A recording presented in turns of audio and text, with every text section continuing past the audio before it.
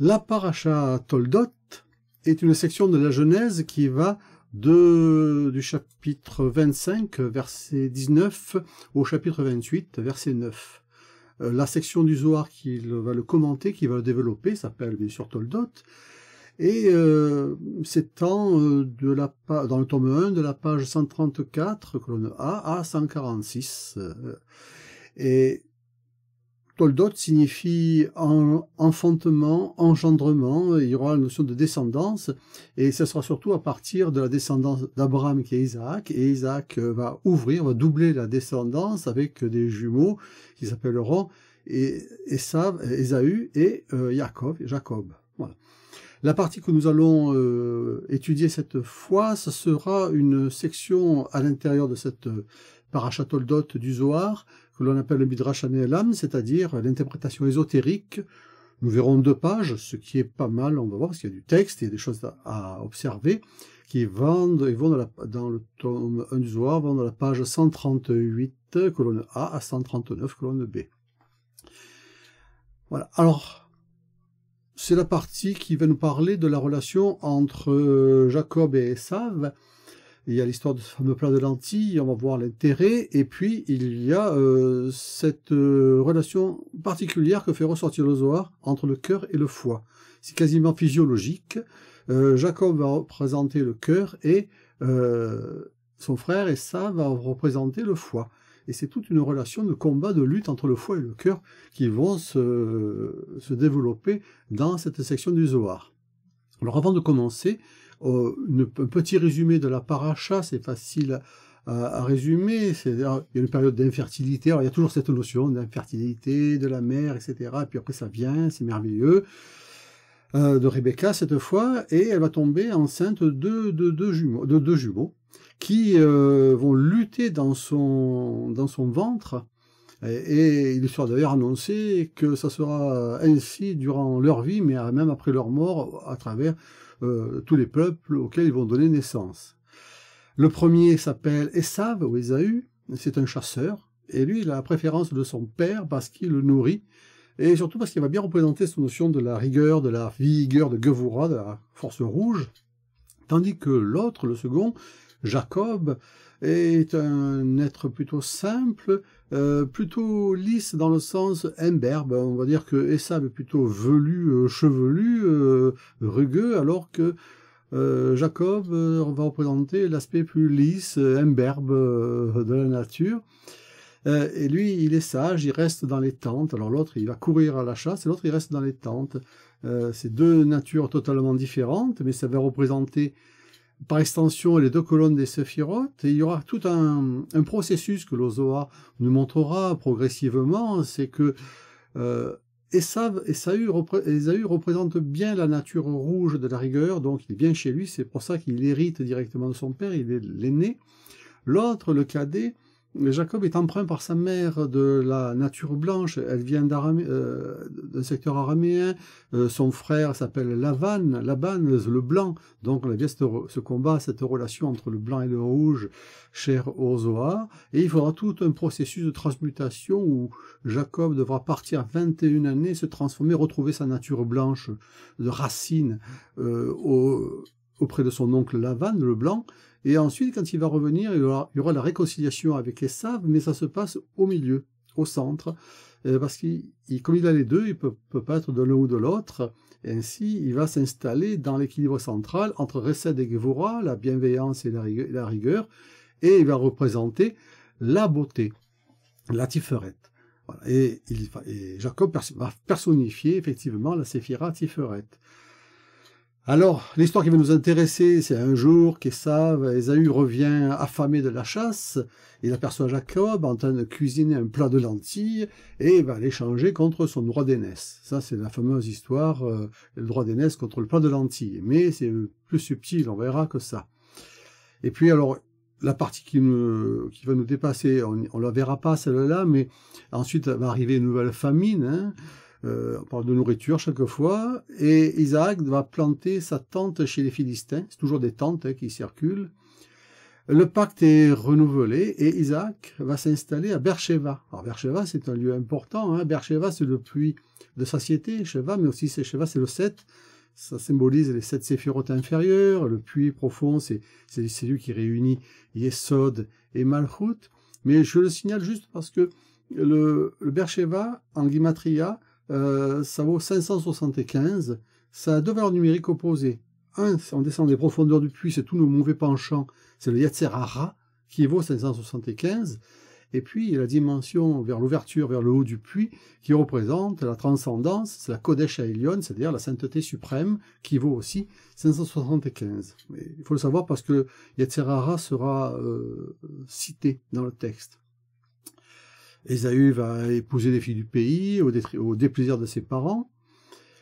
Et puis, il y aura cette fameuse histoire sur laquelle il faudra aussi revenir, d'importante, celle-là. Isaac, sentant que sa fin est proche, fait venir Esav, mais Jacob, avec le soutien de sa mère Rivka, profite de sa cécité pour prendre la place du frère et recevoir la bénédiction paternelle. Ceci, bien sûr, provoque la colère d'Ésaü, qui est réputé et qui veut tuer Jacob. Et c'est là qu'il part du côté blanc, il part chez Laban, qui signifie le blanc, qui est le frère de sa mère, Rebecca. Voilà pour une présentation générale de la paracha. Et nous allons aborder le texte du Zohar. On ne va pas rentrer de suite dans le cœur et le foie, on va voir quelques pages avant pour se mettre dans le rythme du texte. Alors on va démarrer au début de la page 138a, que voici, que je vous affiche. Voilà, il dit ceci, Rabbi Yitzhak Brébé Yosef, alors on va prendre le texte français, voilà. Rabbi Yitzhak, Isaac, fils de Rabbi Yossi, voyageait de Cappadoce à Loud. Alors, c'est-à-dire, ça va d'Asie mineure, ça va d'Anatolie, en Turquie, jusqu'à Lod, en Terre Sainte. C'est la route de Damas. C'est une route qui passait par Damas.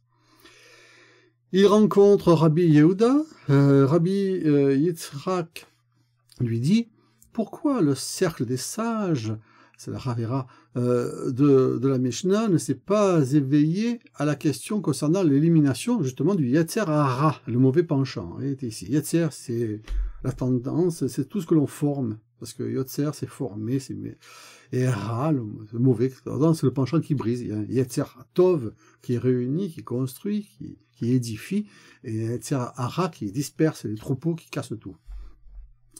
Donc, l'élimination du Yetzer Hara du monde. Hormis au moment de l'accouplement, c'est-à-dire Zigzouga, c'est-à-dire certains ne voient que le mauvais penchant à ce moment-là, alors que c'est tout le temps. Et il dit, sur ta vie, le monde a besoin du Yetzer Hara autant qu'il a besoin de la pluie, car sans le Yetzer Hara, il n'y aurait pas la joie d'étudier dans le monde. Alors ça semble être un paradoxe, c'est comme si le mauvais penchant, le Yetzer Hara, donner de la saveur au bon penchant, hein, c'est une sorte d'exauceur de goût qui nous permettrait de mieux repérer le bon penchant.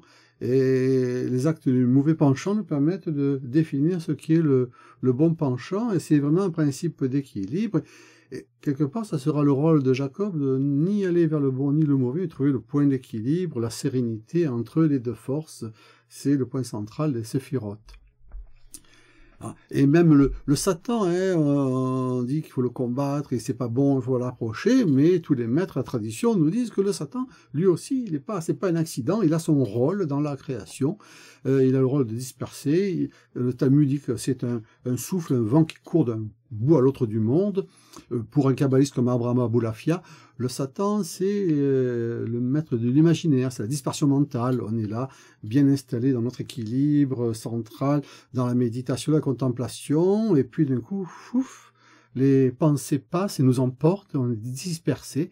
Eh bien, lui, il dit, c'est par notre imaginaire, et c'est le Satan qui est passé comme un vent, en courant d'un bout à l'autre, un peu comme quand on range précieusement des feuilles légères, et qu'on ouvre la fenêtre, et le vent emporte tout. Alors voilà, ce qu'on nous dit, alors là, c'est le Yetzer Hara qui représente tous les mauvais penchants. C'est le sens du verset, et alors là, le texte va nous citer Ésaïe, justement, 11:9. Ils ne feront pas de mal et ne détruiront pas toute ma montagne sainte. Et là, Rabbi Shimon va commenter ceci au sujet de la montagne sainte. Il dit, c'est le cœur. Où se loge le Yetzer Hara. Ah, c'est étonnant.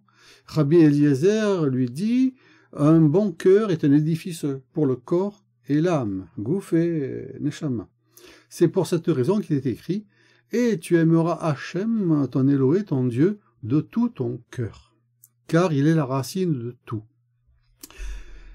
C'est important dans le sens où la montagne sainte, c'est pas l'aspect qui la rend sainte, c'est sa racine profonde, c'est son cœur.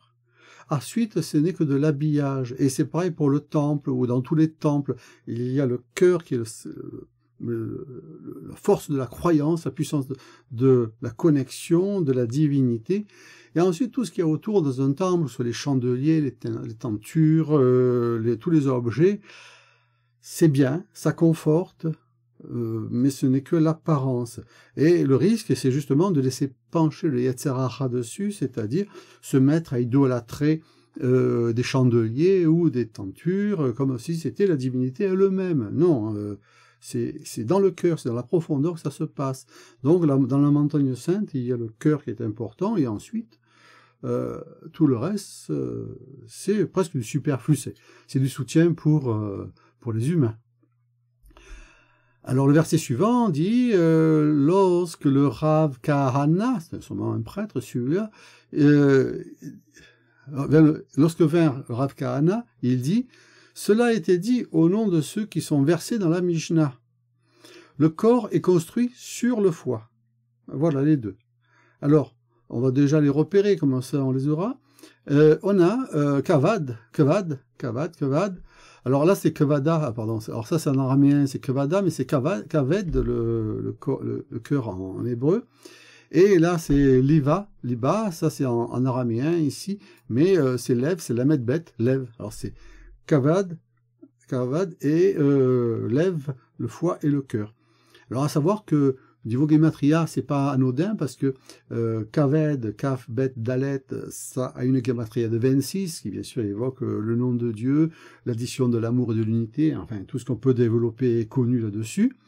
Et Lev, Lamed, Bet, ça montre l'intériorité et l'extériorité parce que Lamed ça pousse vers l'extérieur et Bet vers l'intérieur, donc il y a cet équilibre du centre. Et puis, il y a la valeur numérique 32 qui vont bien sûr évoquer les 32 sentiers merveilleux de la sagesse. Donc, c'est deux choses importantes.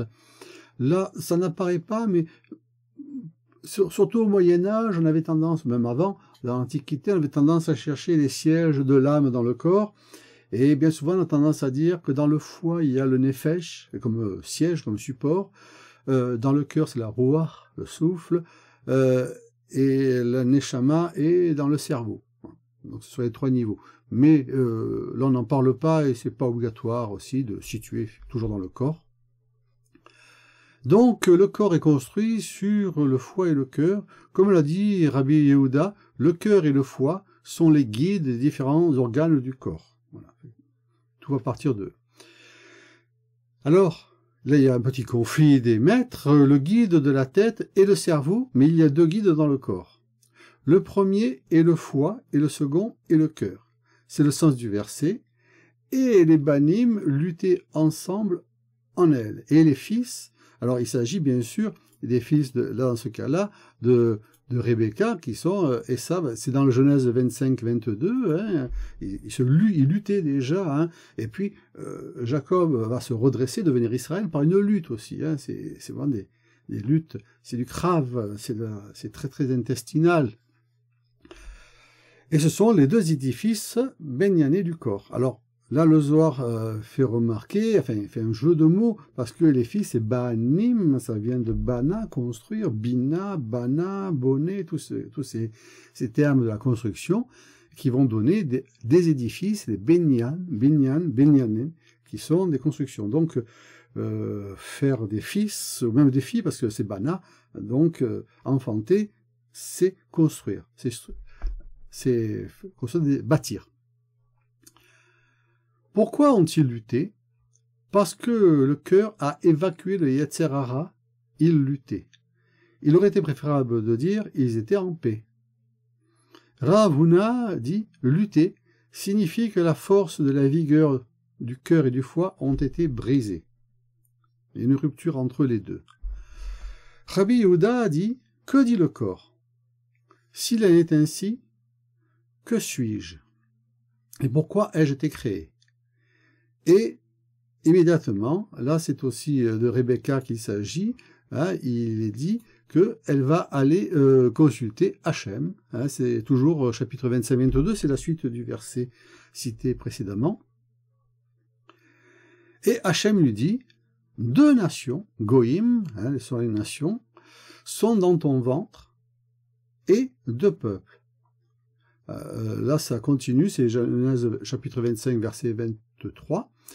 Ce sont les 2 orgueilleux. Et là, une fois de plus, le Zohar fait un jeu de mots entre Goïm, les nations séparées, et Geim, qui sont les orgueilleux, hein, qui prennent de la place, qui pensent surtout à eux-mêmes aussi, dans ce sens-là, et qui vont représenter le foie et le cœur, parce que chacun a sa personnalité, assume sa place.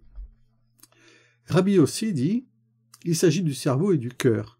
Mais Rabbi Yehuda, c'est là qu'il y a le conflit, dit, le cerveau n'est pas inclus ici, car il est écrit dans ton ventre. Et le cerveau n'est pas dans le ventre, mais dans la tête. Et 2 nations dans ton ventre. Et l'aîné, le plus grand, servira le plus petit, le cadet. Il s'agit du foie, qui est grand et gros, et qui sert le cœur. Comme l'a dit Rabbi Yehuda, le foie reçoit le sang, hein, et sert le cœur.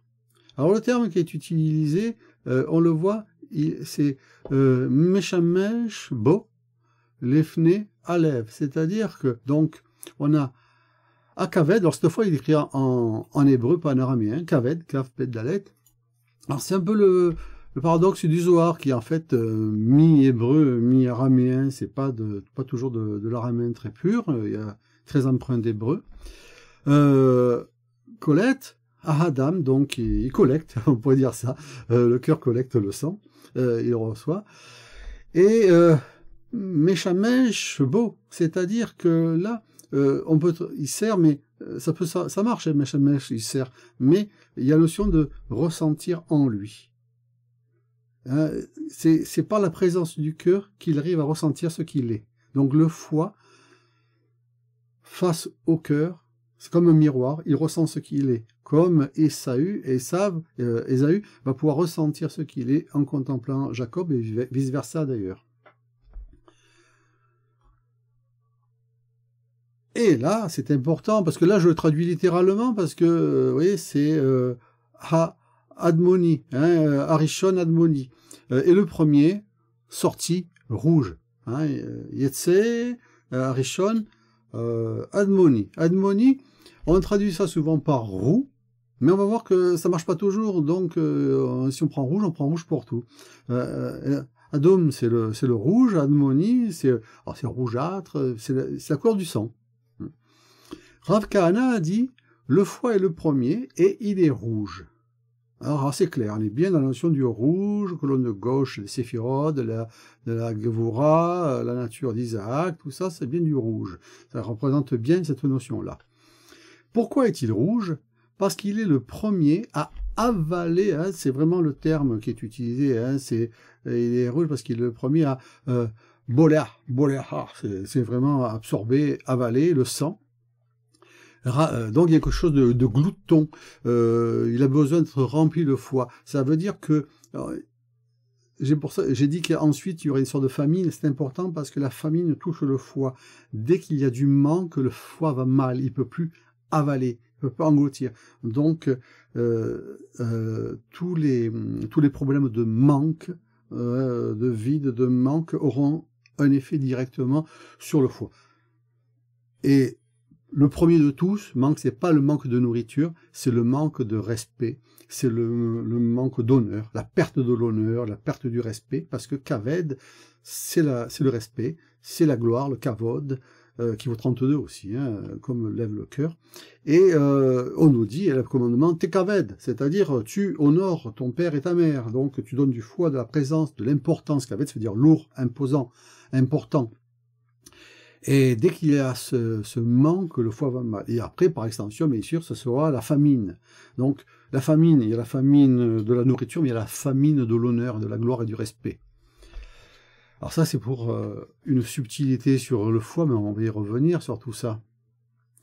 Donc, parce qu'il est le premier à avaler le sang de toute nourriture, il est premier pour le sang, mais pas pour la création. Il est le premier pour le sang, mais pas pour la création, pour la formation, parce que c'est Yetzira, le mot qui est utilisé. Et pourquoi? L'aîné, alors l'aîné c'est Rav ici. Rav, ça veut dire grand, hein, important, multiple, servira le cadet. Et littéralement c'est le jeune, hein, c'est le grand servira le jeune, et on dit ça. Ça c'est le Genèse 25-23. Parce que bien qu'il soit plus imposant et plus grand que le cœur, c'est imposant et plus grand, c'est vraiment la racine kavad hein, qui le dit, ça, que le cœur, il sert le cœur, ou il ressent le cœur. Rabbi Abba dit, parce que ressentir, c'est servir, mais c'est un autre sujet. Rabbi Abba dit, quel est le but de ce texte, si ce n'est d'enseigner aux gens, dans le monde, que même lorsque la perfection sera sur terre, le chemin et la nature du monde ne changeront pas. Ben, il y a quelque chose, il y a une ligne sur la nature ne change pas, c'est les créatures autour, la formation qui tourne autour va changer. Rabbi Issa dit, Ta'achazé, viens et vois. Le foie chasse. Alors ça, c'est la nature d'Ésaü, pardon, on le sait. Le gibier est dans sa bouche. Ça, c'est Genèse 25-28. On est toujours dans la paracha. Tandis que le cœur contemple et siège dans les tentes. 25-27. Genèse 25-27. On est dans les deux versets qui donnent la nature d'Ésaü et de Jacob. Ésav, c'est le foie, la chasse, et l'autre, c'est le cœur et les tentes. Et dans les tentes, il y a bien cette notion, on l'a vu avec les tentes d'Abraham, la tente de Sarah, on pourrait même au El Moed, la tente de Moïse, c'est se mettre dans le centre, dans l'acte, pour se tourner vers la divinité. D'autant plus que le mot Ohalim, on peut le voir peut-être ici, si je le trouve, Rishon, là, voilà. Ah non, c'est pas là. Décidément. Yetzira, décidément, je ne trouve pas. Mais c'est pas grave, c'est Haolim, il réside dans les tentes. Ah voilà. Hoalim. Hoalim, on observe que c'est Aleph et la Yod Mem. Et il se trouve que les tentes, eh bien, c'est l'anagramme de Elohim, la divinité. Donc c'est à travers la tente, qui est à la fois la tente du nomade, mais c'est aussi la tente de prière, qui est le talit, le châle qu'on peut se mettre, qui fait une tente, et qui permet de se tourner vers Elohim. Comme il est écrit, et alors là, c'est important, ça c'est le passage important, hein, c'est dans le verset 29 du chapitre 25, et Jacob faisait bouillir un bouillon. Hein, le terme est ici, hein, va Yazed, Yaakov, Nazid. Hein, et il fait bouillir un bouillon, ou il potage un potage, enfin, c'est le verbe tiré du mot ici. Alors, on y reprenne le verset. Rabbi Ba dit, au nom de Rabbi Acha, la nature du monde ne change jamais. Ta'achazé, viens et vois. Je crois qu'il est écrit en hébreu ici. Voilà, je vais vous faire remarquer qu'en général, comme c'est araméen, on dit Ta'achazé. Et là, cette fois, le texte le met carrément en hébreu. Bo Uré. C'est un mélange d'hébreu et d'araméen, enfin le texte. Alors, et Jacob faisait bouillir un bouillon, Nazid, comme dans le verset, il préméditait Zadou contre eux. Alors là, on a un terme, hein, vous voyez, c'est penser avant, préméditer. Il y a quand même quelque chose de contemplation dans le bouillon. On comprend que Jacob, il est paisible, il vit dans les tentes, il est imberbe, il est lisse, donc quelque part ça renvoie mieux la lumière, si on pourrait dire ça. Il est dans l'axe de la tente et surtout c'est un contemplatif. Si on regarde bien, il est sage, et enfin sage dans le sens tranquille, et il médite pas encore, il prémédite, on pourrait dire. Et Zadou, c'est un acte de faire bouillir un bouillon aussi. Donc, quand on fait de la méditation, c'est comme si on se fabriquait un bouillon pour la nourriture. Et qui a été traduit, Zadou, qui a été traduit en araméen par rachez-vous. Rachev, il y a quelque chose de compter, rechev, de penser dedans, et ils pensèrent, c'est-à-dire ils pensaient. C'est-à-dire que le cœur pense et contemple la Torah dans la connaissance de son créateur, de son formateur. C'est pourquoi il est écrit « Ésaü arrive du champ et il était fatigué ». Alors il y a des choses parce que Asdé, c'est Shin Dalet He, le champ, c'est la même gematria que Shaddai, mais on ne va pas rentrer là-dedans. Et il était fatigué. Alors ça, c'est toujours dans la même paracha, hein. On est dans le verset 29 du chapitre 25. Et ça, c'est la nature du foie, de partir à la chasse et d'avaler avec sa bouche. Donc, il faut pas qu'il empêche le manque, il a besoin qu'il n'y ait pas de manque. Donc, il faut chasser et avaler. On va dire c'est la nature primitive de l'honneur. Et ensuite, partir à la chasse, si on regarde les traditions anciennes, c'était honorable, c'était frappé de respect. Ce sont tous des termes, ça donnait de l'importance. Le chasseur qui ramenait la nourriture, c'était quelqu'un d'important, kavad. Tout est contenu dans ce terme-là. S'il ne trouve pas de proie, il se fatigue, il va s'épuiser. Et alors il dit au cœur, alors ça c'est le Zohar qui le dit, hein, avant de penser aux paroles de la Torah, pense à manger et à boire pour nourrir ton corps. Avant la nourriture de l'âme, pense à la nourriture du corps. Tel est le sens du verset. Et là, on a ce passage très important, c'est le verset 30 du chapitre 25.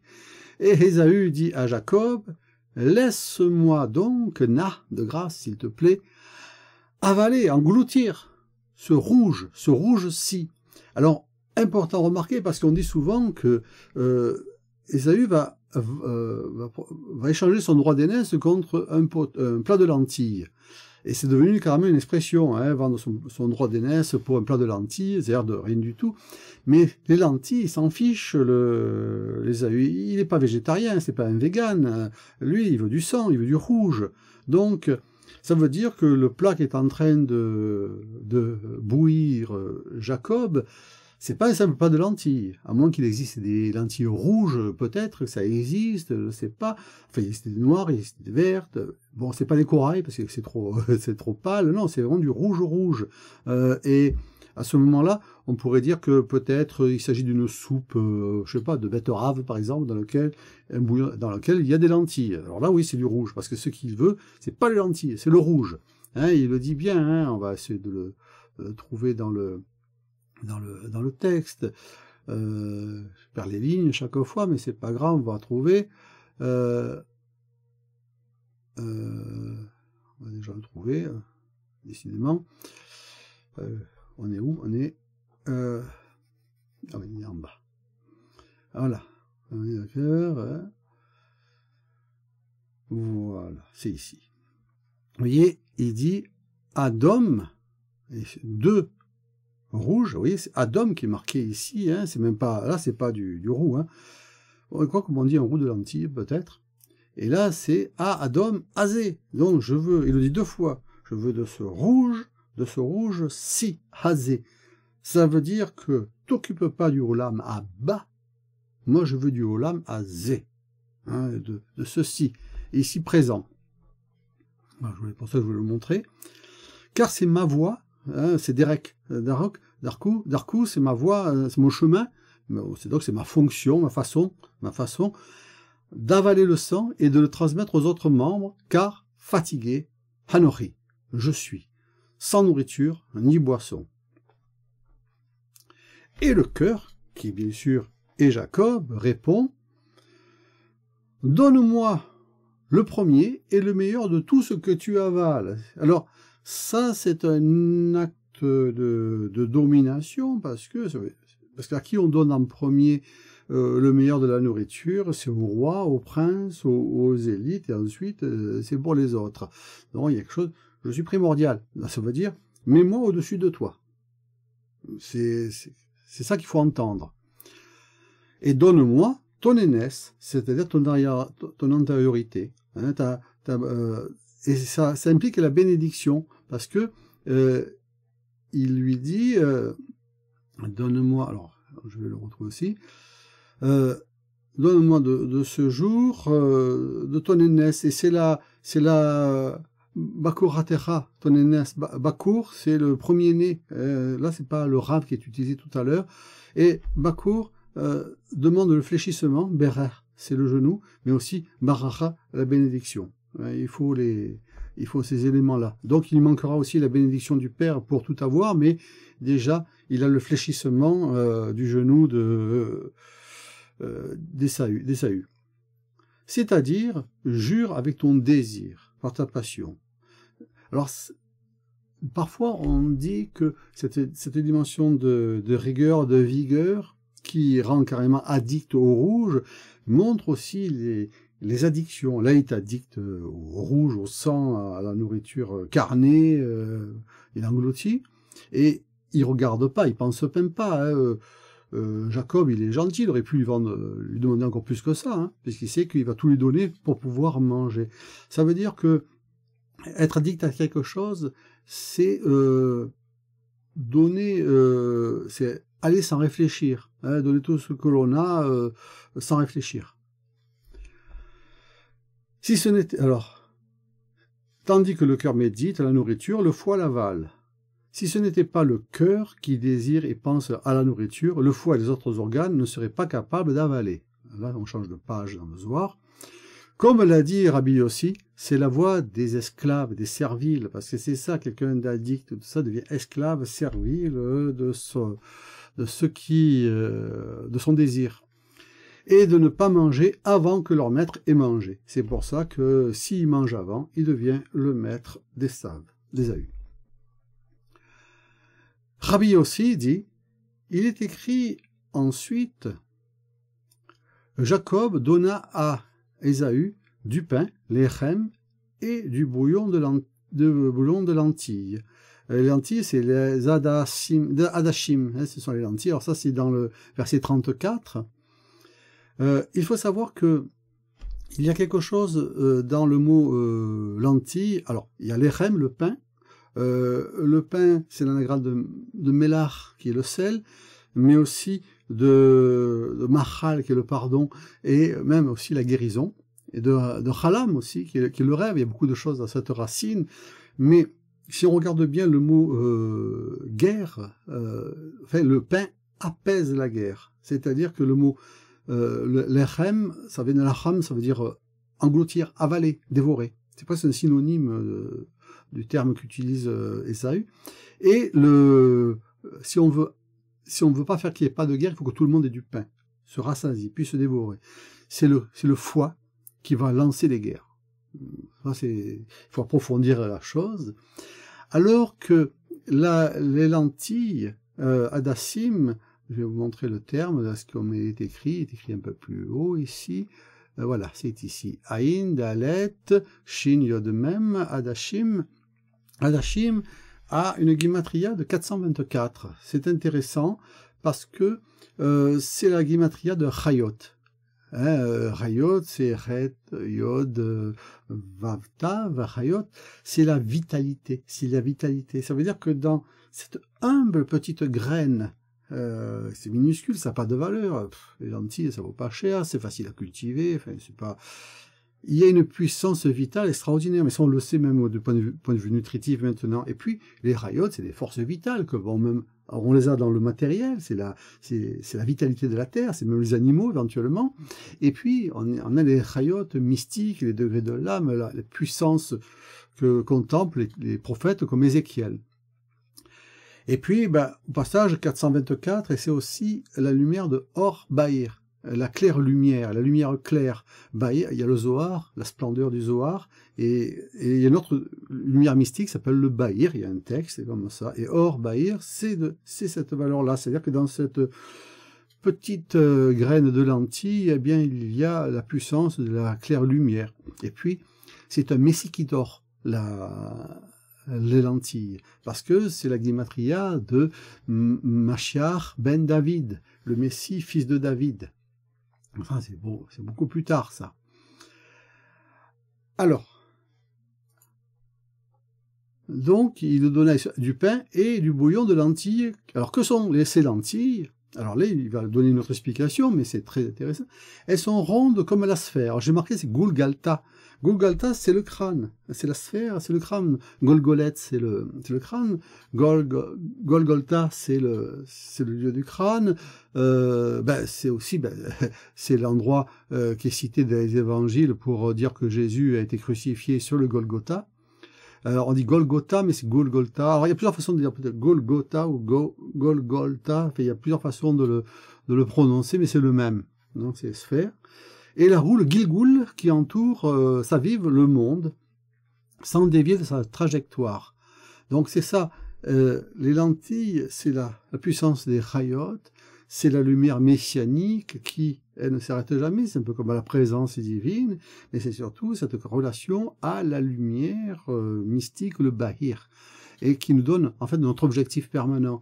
Ainsi, alors, c'est peut-être une thérapie qu'il faudrait étudier de nutrition, diététique, mais quand on se sent en guerre et en manque, il faut manger des lentilles, et quand on a l'impression, justement par ce manque, de perdre la direction, sa trajectoire, sa mission d'être, sa mission de vie, il faut manger des lentilles. Ah, sans publicité, mais c'est bon pour la santé.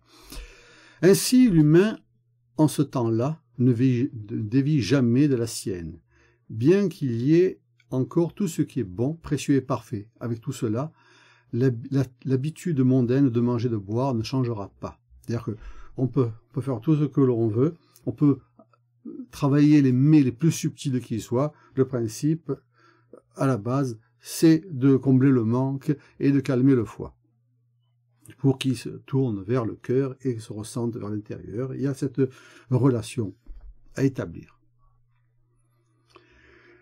Nous avons appris dans la Mishnah que 4 vents, ces 4 Chayot, c'est ça d'ailleurs, c'est ça qui est utilisé, 4 Ruach, par ailleurs, Ruchot, j'ai dit des bêtises, Ruchot Haolam, ce sont des souffles. Alors, le mot Ruchot, c'est à la fois des esprits, des vents, des souffles, c'est ce mouvement qui marche.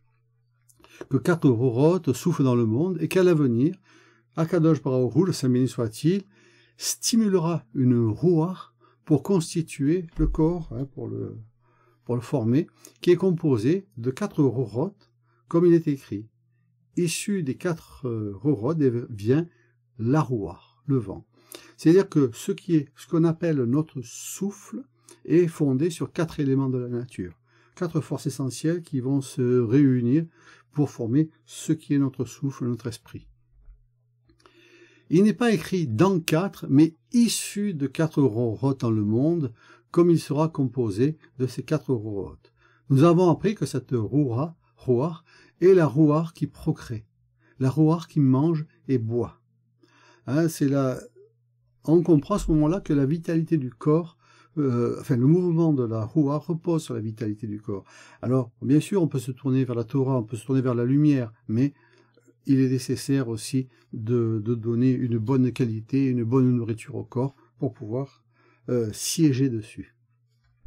Il n'y a pas de différence entre ce monde-ci, Olam Hazé, et les jours messianiques, si ce n'est la délivrance de la servitude des royaumes séparés. Alors ça, ce sont tous les conflits.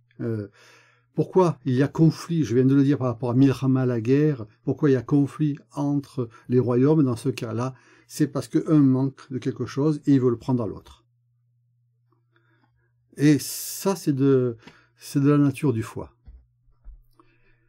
Il n'y a pas de différence entre ce Olam Hazé, ce monde-ci, et la résurrection des morts, si ce n'est la pureté et l'acquisition de la connaissance du Da'at, Rav Nachman a ajouté la longévité, hein, l'étendue des jours. Harokot Yamim. Rav Yosef dit, les jours messianiques et la résurrection des morts sont-ils les mêmes?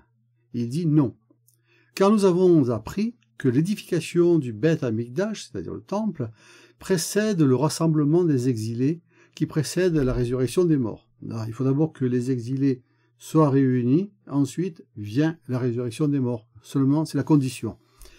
La résurrection des morts est le dernier acte, c'est le dernier acte de tous. Nous le savons grâce au verset. Alors ça, c'est dans le livre des psaumes, chapitre 147, verset 3, qui dit, Bonnet, alors c'est architecte, je traduis ça par architecte, mais dit créateur des fois, architecte de Jérusalem et Hachem, il rassemble les exilés d'Israël, et là on a le refait, le guérisseur de tout, le médecin de ceux qui ont le cœur brisé et qui bandent leurs plaies. Donc le rassemblement des exilés, c'est aussi la satiété du foie.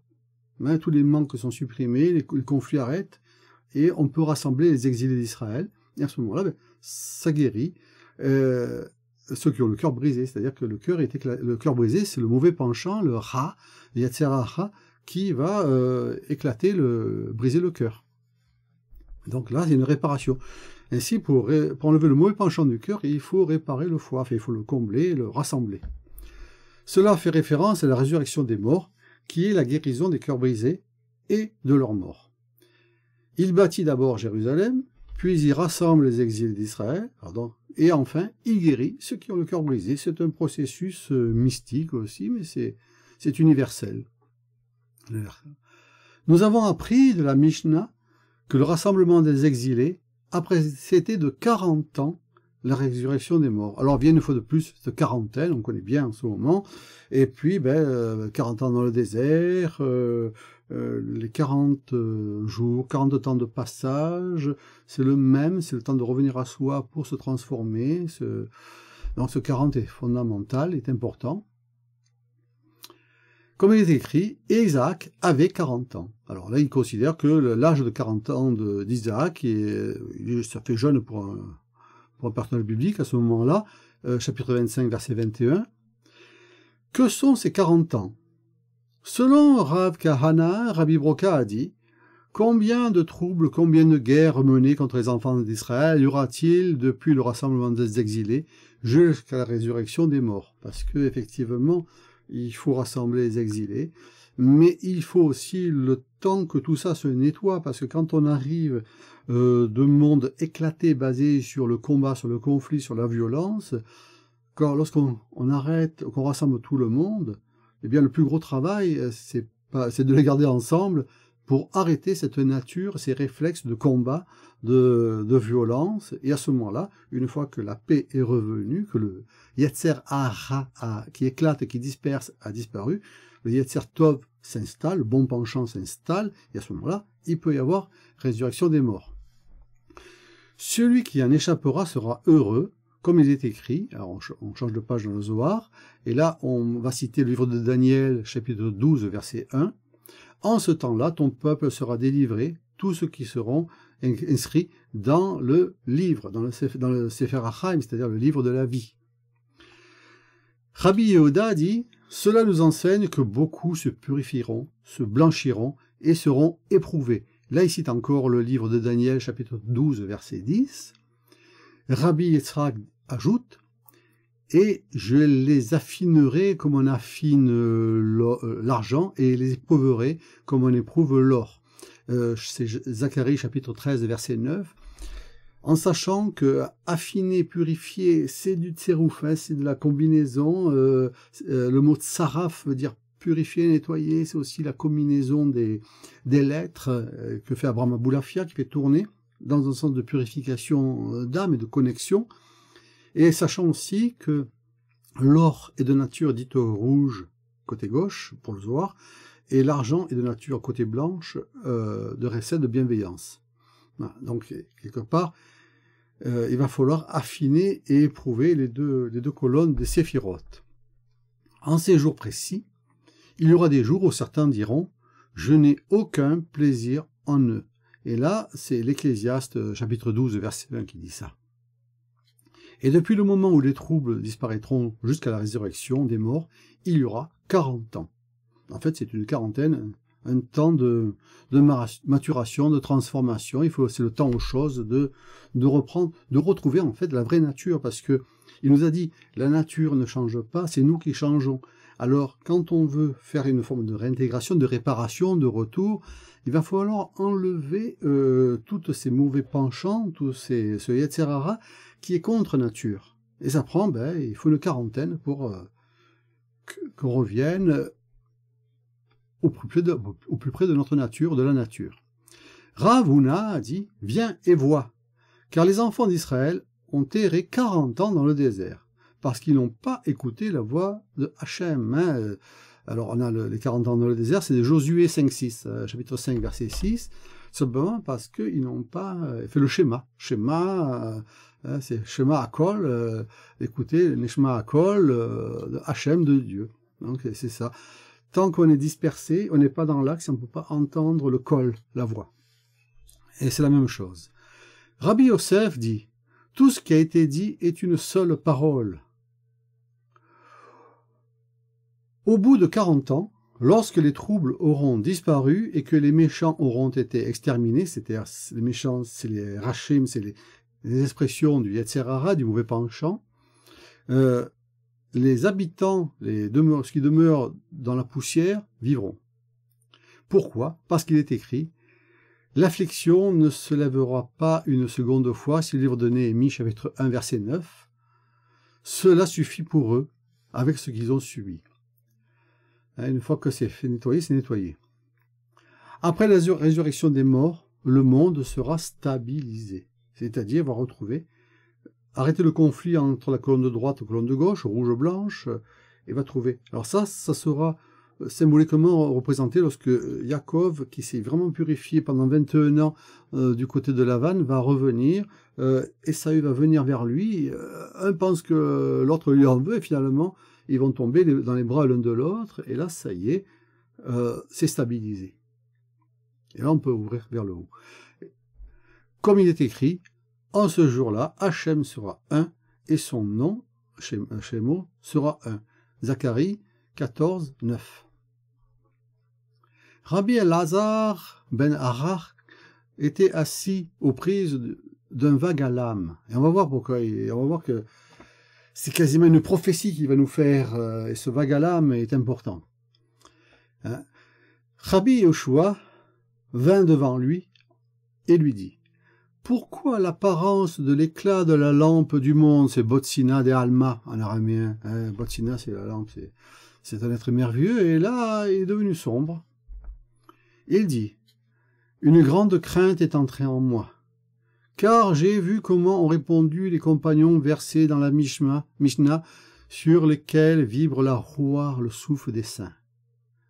En fait, il a une vision, il fait une prophétie, et on va voir, il y a peut-être quelque chose d'une réalité historique. Ils ont dit que la rédemption aura lieu au 6e millénaire. Alors, on parle des millénaires en calendrier hébreu, hein, c'est à partir de l'an 5000, du calendrier hébreu. C'était bien dit, mais je vois un temps plus long pour les habitants de la poussière, qui attendront jusqu'à la 408e année du 6e millénaire. Alors là, il nous donne une date, c'est important, où ils se lèveront.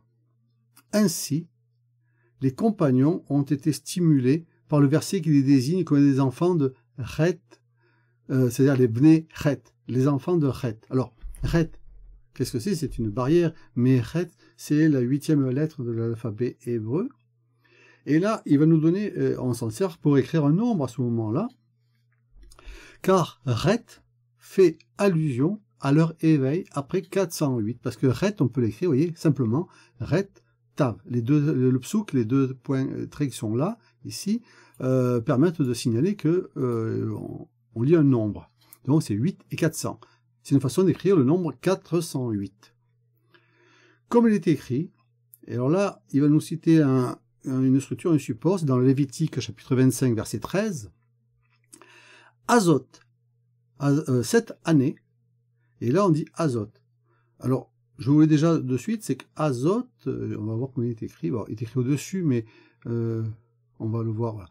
Les Bnei Chet sont ici, voilà, c'est les 408 Shana, 408, Azot, voilà, c'est ici. Il est écrit Azot, et Zayin, Aleph, Tav, c'est important. Zot, il faut savoir que Zayin vaut 7, Aleph vaut 1, et Tav vaut 400. Ça fait 408. Donc quand on dit Zot, celle-ci, alors c'est un concept du Zohar aussi, celle-ci va représenter la présence, lui c'est Akadosh Baruch Hu, celle-ci c'est celle du monde qui est dans le monde-ci, c'est Zot, celle-ci. Alors celle-ci, cette année de Yovel, de Jubilé, 49 plus 1, donc l'ouverture des 50 portes, mais on ne l'aborde pas ici, vous retournerez chacun à sa propriété. Et le mot, il cache un petit mystère parce que c'est Arusato. Et dans Arusato, il y a le Ret et le Tav. Voilà. Il y a une petite allusion. Mais ce qui nous intéresse ici, c'est le Zot. Quand cette Zot, vous voyez, Zot est écrit ici, sera accompli, qui est l'an 5408. Alors, qu'est-ce qu'il veut dire? Pour ceux qui n'ont pas l'habitude, il faut comprendre ce qui se passe, c'est que Azot, c'est-à-dire qu'il y avait l'article He devant, qui vaut 5, lorsqu'il est placé devant le nombre 408, on considère que Zot ici, c'est le nombre 408, eh bien le He vaut 5000. Et là, c'est une façon, Azot, c'est une façon d'écrire le nombre 5408. C'est une date, l'année 5408. Vous retournerez chacun à sa propriété, vers son âme, qui est sa propriété et son héritage. Alors il y a de la réintégration. Alors, avant de parler de la date, il faut savoir que 408 Zot, c'est aussi la gematria de Reshek, qui est le désir, mais aussi c'est la valeur de Sefer Chaim, le livre de la vie, le livre de vie. Et ça, Daniel nous l'a cité. Bon, ça, c'est un petit aparté de gematria, puisqu'on est dans les nombres. Alors, si on fait le calcul, à quoi correspond l'année 5408 du calendrier hébreu dans le calendrier commun? Eh bien, 5408, c'est l'année 1648. Alors, il s'est passé des choses en 1648, dont une qui est importante. Il y a des grandes dates dans l'histoire du judaïsme qui sont jamais bonnes, hein, parce que c'est souvent accompagné d'un cortège de gezerot, c'est-à-dire de persécution. Et là, c'est bien marqué. Et il y a par exemple, alors, on ne va pas parler de la sortie d'Égypte, destruction du temple, des temples, etc., les exils, alors il y a eu beaucoup avant, mais après le Zohar, qui apparaît au XIIIe siècle, dans les mains de Moïse de Léon, kabbaliste en Espagne, eh bien, il y a des choses qui vont se passer. Déjà, les grandes dates de l'histoire de rupture dans le judaïsme, il y a par exemple en 1492 l'édit d'expulsion des Juifs d'Espagne signé par Isabelle la catholique, qui est un passage important, on y reviendra même là-dessus. Et puis, il y a l'année 1648. Ça commence en 1648, ça finit en 1649, donc c'est par rapport au calendrier commun, on est à cheval entre les deux, et c'est pas anodin, parce que 1648, ici, ça semble faire prophétie à une autre grande rupture. Une prophétie pour des événements très graves en Pologne et en Ukraine, en cette année-là. Selon... alors pour le Zohar, il semblerait que cette année 1648 ce soit une année pour la résurrection des morts et la venue du Messie. En tout cas, parce qu'on dit que c'est toujours accompagné par des persécutions très très dures. Et finalement, c'est en Pologne que va se réaliser peut-être cette prédiction du Zohar, avec des massacres abominables, les massacres des Juifs par les Cosaques, qui est conduit par un personnage, on ne citera même pas son nom, parce que On a assez des dictateurs comme ça, fait des violents comme ça. Et ces malheurs ont lieu entre, du point de vue calendrier hébreu, entre 5408 et 5409, c'est-à-dire 1648 et 1649, et qui ont laissé un véritable souvenir de terreur parmi les Juifs. Et durant 6 mois, qui vont de 6408 à 6409, il y a eu quand même plus de 100 000 Juifs qui ont été massacrés, qui ont été tués. Alors il y a des comportements héroïques, on dit que ils refusaient de se convertir, et dans certaines synagogues en Pologne et en Ukraine, ils ont continué à honorer le nom de Dieu et se sont laissés martyriser. Alors ça, vous pourrez aller voir ces histoires-là, on ne va pas rentrer là-dedans, mais il est clair qu'en 1648, il s'est passé quelque chose, c'est une véritable rupture, ça fait encore un éclatement, il a fallu fuir, enfin, il y a eu plein de choses qui c'est vraiment important, et sanglant aussi. Et en plus, il y a quelque chose qui est quand même particulier, parce que quand on regarde les nombres, alors dans les dates communes, on a 1648, 1649. Ça finit en 1649. Ce nombre, c'est 1649. Si on permute les lettres, 1649 donne les chiffres pour 1946. Et si on regarde les chiffres de 1492, autre rupture, hein, entre les deux c'est énorme, eh bien c'est l'anagramme de 1942. C'est-à-dire qu'on a deux chiffres qui nous donnent 1942, 1946, et bien sûr, on sait à quoi ça correspond et ce qui se passe. D'autre part, il y a autre chose, qui est moins direct, mais que le Zohar peut avoir anticipé, c'est que si on fait 1648 moins 408, c'est-à-dire le nombre donné, ça nous amène à l'année 1240. Alors 1240, c'est connu aussi parce que c'est la fameuse année du procès du Talmud à Paris, appelé aussi brûlement du Talmud par Louis IX. Ça s'est passé le 3 mars 1240. Et il y a eu des expulsions un peu de partout, du duché de Bretagne, de partout. Donc voilà, il s'est vraiment passé quelque chose de très très important dans ces dates-là. Après, on peut chercher un peu plus. En tout cas, le Zohar nous donne vraiment une date et on comprend que notre rabbi, il est du vague à l'âme en percevant ces drames. Et Rabbi Yehoshua, cela ne devrait pas être difficile pour toi, car nous avons appris qu'il y a 3 classes. Tzadikim Gemurim, c'est-à-dire les complètement justes, les Rachaim Gemurim, c'est-à-dire complètement méchants, rachats, et Benonim, c'est-à-dire les entre-deux, les intermédiaires. Les Tzadik Gemurim se redresseront lors de la résurrection des morts en terre d'Israël, la 40e année après le rassemblement des exilés. On va dire que le Tzadik Gamour, c'est le juste accompli, il est prêt lui. En fin de compte, tout le monde se lèvera à la 408e année du 6e millénaire. Qui méritera cette durée? Celui qui affirmera sa religion à ce moment-là. Pour cette raison, j'ai du vague à l'âme. Alors c'est vrai que ceux qui ont dit, parce qu'en 1648, des Juifs ont réussi à échapper au massacre en renonçant à leur religion, en se convertissant. Voilà, c'est connu, il y a des documents historiques là-dessus. Alors ensuite, il va citer une chose qui a peut-être un lien avec ce qui est précédent au niveau Gematria. Il lui dit, Rabbi, il est enseigné Yehior, c'est-à-dire sera lumière. Bien sûr, il cite Genèse 1, verset 2, et Yehi Raza, c'est-à-dire ce sera le secret. C'est ici. Yehior sera lumière, et Yehi Raz. Yehi Raz, c'est le secret, c'est le mystère. Alors, qu'est-ce qu'il nous fait là? Ben, en fait, il nous montre que Yehior et Yehi Raz ont la même gematria, ont la même valeur numérique, 232. 232, 232. Or et Raz ont la même valeur, lumière et secret ont la même valeur numérique. Donc voilà, donc il y a une équivalence numérique, il ne le signale pas, mais il suffit de compter. Mais il dit, peut-être qu'on pourrait aussi considérer quelque chose qui n'est pas dite là, mais que j'ai remarqué au passage, c'est que la guimatria du verset complet, enfin de l'expression complète dans la Genèse, c'est Yeior, Veior, c'est-à-dire il sera lumière et la lumière fut.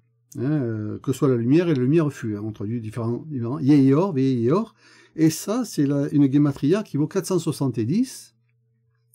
Et 470, c'est la gematria de Bnei Chet, les fils de Chet, dont on a parlé précédemment.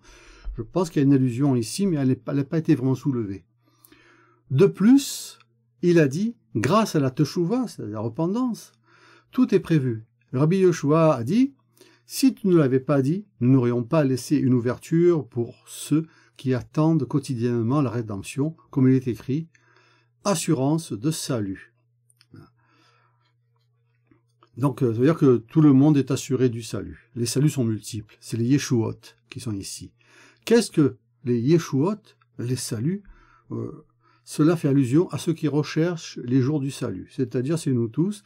Et c'est répercuté. Alors, là, je vous renvoie à la lecture du prologue du Zohar, dans le premier chapitre, parce que il va parler de la kos Yeshuot, c'est-à-dire la coupe des délivrances, qui c'est une élévation. Les Yeshuot, c'est la rose aux 13 pétales, c'est la coupe qui s'ouvre, la coupe d'immortalité qui va s'ouvrir, que l'on peut élever, qui se fait à ce moment-là le jour du Shabbat, et elle dit, elle repose sur 5 sépales, qui sont en fait des 5 doigts de la main, et on monte la coupe comme ça. Il appartient à chacun, chaque semaine, on peut dire, ou chaque fois, de tenter cette rédemption. C'est pour ça que les Yeshuot, il n'y en a pas un.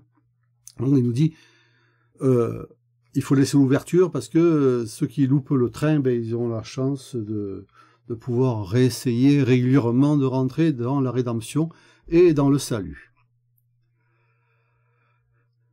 D'où vient l'opinion de Rabbi Elazar du verset « Et beaucoup de dormeurs en terre de poussière se réveilleront » ça c'est la résurrection, c'est toujours Daniel chapitre 12 verset 2. Ce qu'entend l'Écriture par dormeurs. Ce sont les justes dont la résurrection devancera celle des autres. De combien d'années précéderont-ils? Rabbi Yehuda dit de 210 ans. Mais Rabbi Yitzhak dit 214. Resh, Dalet, Yod. Il n'écrit pas dans l'ordre, mais enfin on comprend que c'est le nombre 214, Chadi. Comme il est écrit, celui qui descendra, Yered, parce que ces 3 lettres sont l'anagramme du verbe descendre, Yarad, Yered, c'est descendre. La mystique nous parle de la mystique du char, ce sont les Yordé Merkava, ceux qui descendent dans le char, donc c'est un acte mystique de descendre, mais il faut passer par Tiferet, qui est Jacob. Celui qui descendra de Jacob dominera. Ainsi, en descendant par Tiferet, on va dominer les passions du Yetzerara. Oui, j'ai dit d'où ça venait. C'est nombre 24-19, ce passage. Le nombre 214 de plus, c'est très connu, il faut le savoir. La gematria 214 est celle de Ruach. On va le dire parce qu'il y a une citation. Ruach, c'est le souffle, c'est le vent, c'est l'esprit. Ainsi, cette descente permet au souffle de pénétrer dans les profondeurs où tout est bloqué, où il va passer et réveiller le monde. C'est la Ruach qui vient insuffler l'éveil, le réveil. Rav Nachman dit « La préséance dépend du degré de décomposition dans la poussière. » Rabbi aussi lui dit « Si cela est vrai, alors il y a plusieurs résurrections, car chaque corps a sa propre résurrection en fonction de son usure. » Voilà, chacun fait ce qu'il peut dans la poussière.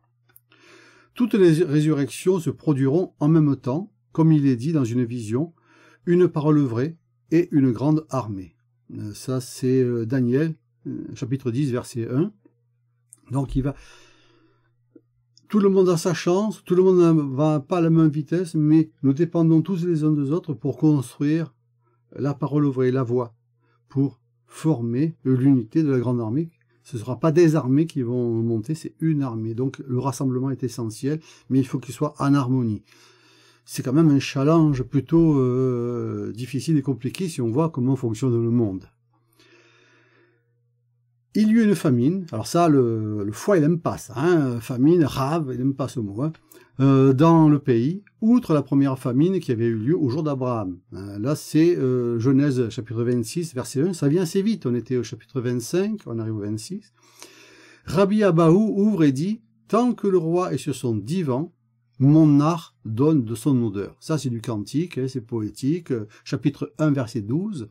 On a le roi, on a le divan, on a le nard et on a l'odeur. On va trouver le texte ici, voilà.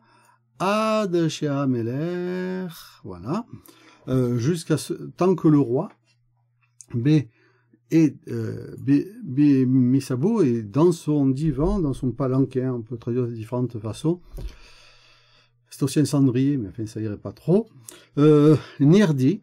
Et alors là, mon art, et on s'aperçoit que dans Nirdi, il y a le Resh, le Dalet et le Yod qui sont là. On a le Nun qui est le 50, qui sont les 50 portes de Bina, de l'intelligence, celle de la résurrection, celle de l'éveil, de la libération spirituelle, hein, de la sortie d'Égypte. C'est un autre sujet. Et on a le Resh, le Dalet et le Yod, 214, cités précédemment, qui permet de descendre. Nathan, alors, mon art, Nathan donne Réhu.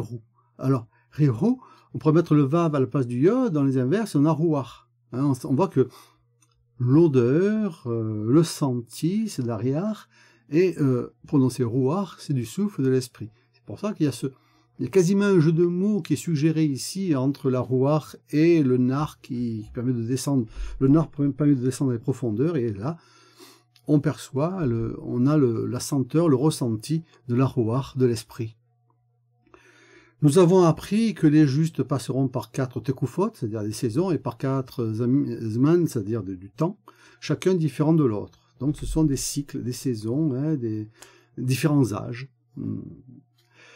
Premièrement, la sagesse la augmentera dans le monde, et ils prospéreront, c'est vraiment le terme qui est utilisé, prospérer, comme ils ne pouvaient pas prospérer dans ce monde. Donc ils vont une augmentation, les justes, ceux qui sont le tzaddik gamour, les tzaddikim gamourim, les justes qui sont près, eux, ne pourront que croître, que prospérer. Hein. Comme nous l'avons appris de Rabbi Pinchas, dans le futur, la prospérité des justes sera plus grande que celle des anges de service, dont ils vont aller bien au-dessus. Comme il est écrit, comme les eaux couvrent la mer. Alors ça, c'est la citation de Isaïe, chapitre 11, verset 9, et on va finir là-dessus. Et deuxièmement, on s'affairera. Alors, ça finit comme ça, hein, c'est Ashne, donc en deuxième, Tit Asikun, ça veut dire s'affairer. C'est même faire du commerce, hein, faire des affaires. Mais moi, je le comprends, je crois que je ne suis pas le seul, on s'affairera au Sitré Torah, au mystère de la Torah. C'est-à-dire que si on n'est pas prêt à s'épanouir, ben on va chercher de l'énergie dans les mystères de la Torah et ça compensera et ça fera de la personne un juste. Voilà. On sera occupé, on s'occupera. Alors c'est soit ça, la signification, soit alors c'est peut-être la phrase de Woody Allen, le Messie arrive et ayons l'air occupés. Voilà, donc, et ça finit le Midrash Ne'elam, c'est-à-dire l'interprétation ésotérique de cette paracha dans le Zohar. Eh bien, nous terminerons là-dessus, et je vous dis à très bientôt.